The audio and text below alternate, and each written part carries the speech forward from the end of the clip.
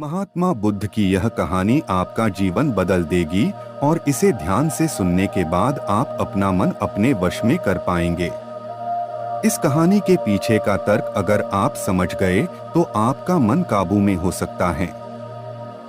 इसलिए आप पूरी कहानी ध्यान से सुने और वीडियो को लाइक और चैनल को सब्सक्राइब जरूर कर देना। एक बार महात्मा बुद्ध किसी नगर से गुजर रहे थे।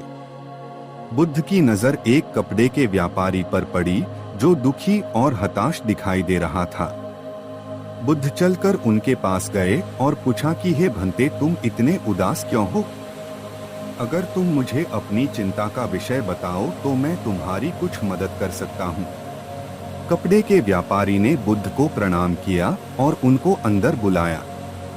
उस व्यापारी ने कहा कि जब से मेरी पत्नी की मृत्यु हुई है तब से मेरे घर पर मेरे छोटे बेटे की देखभाल वाला कोई नहीं है, इसलिए मैं हमेशा इसको अपनी दुकान पर लेकर आ जाता हूँ। लेकिन मेरी दुकान पर आने वाले हर ग्राहक की पगड़ी को उछालकर फेंक देता है।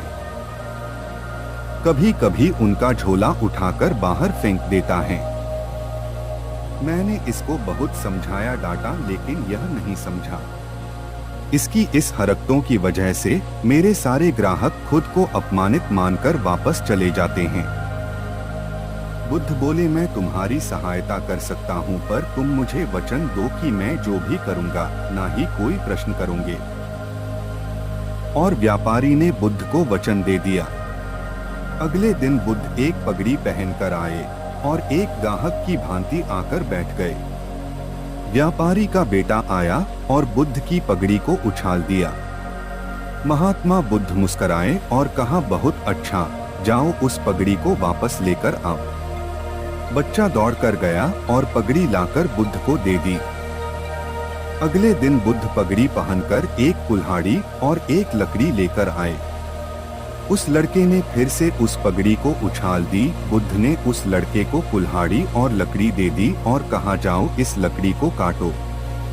व्यापारी को थोड़ा सा डर लग रहा था कि कहीं उसके लड़के को चोट नहीं आ जाए, लेकिन उसको अपना वचन याद था।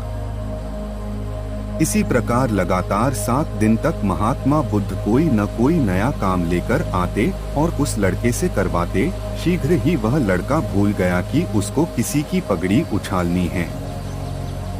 व्यापारी बहुत खुश हुआ और बुद्ध को धन्यवाद दिया। मुझे पता है कि इस कहानी का और मन को वश में करने का कोई विशेष संबंध नहीं है, लेकिन यदि आप इस कहानी का सार देखें तो आप इस कहानी से अवश्य ही अपना मन अपने वश में करना सीख जाएंगे।